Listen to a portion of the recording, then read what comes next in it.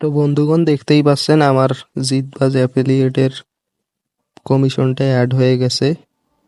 তো এটা আমার প্লেয়ার অ্যাকাউন্টে চলে এসেছে। তো আমি এখন অ্যাফিলিয়েটে ঢুকে আপনাদেরকে দেখাবো কি কি সেটিংস আসলে থাকতে হয় এবং কিভাবে জিতবাজ অ্যাফিলিয়েট থেকে প্লেয়ার আইডিতে টাকা নিতে হয়।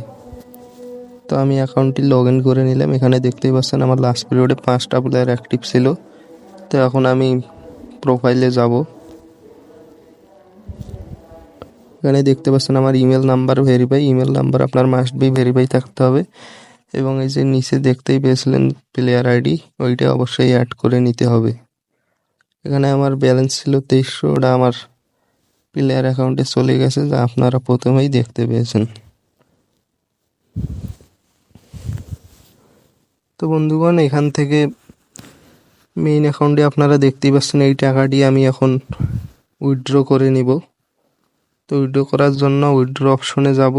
যাওয়ার পর এখান থেকে জাস্ট আমি যে মাধ্যমে নিতে চাই বিকাশ নগদ সিলেক্ট করে টাকাটা উইথড্র দিয়ে দিব।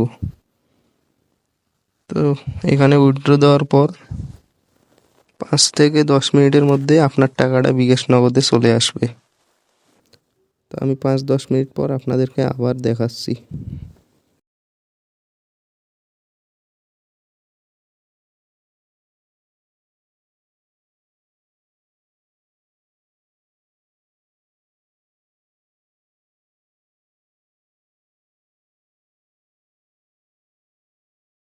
তো বন্ধুগণ, 5-10 মিনিট পর আমার টাকাটি বিকাশে চলে এসেছে, আপনারা দেখতেই পাচ্ছেন।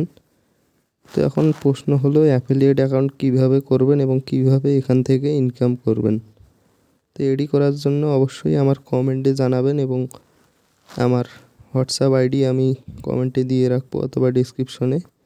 আপনারা সেখান থেকে আমার মাধ্যমে যোগাযোগ করতে পারবেন এবং আমি আপনাদেরকে ফুল ভিডিও কলে স্ক্রিন শেয়ারের মাধ্যমে সার্ভিস দিব, যেখান থেকে আপনাদেরকে দেখিয়ে দিব কিভাবে খুলতে হয়, কিভাবে কি করতে হয়, ভেরিফাই কিভাবে করবেন, এই সকল সমস্যার সমাধান আমি সেখানেই দিয়ে দিব।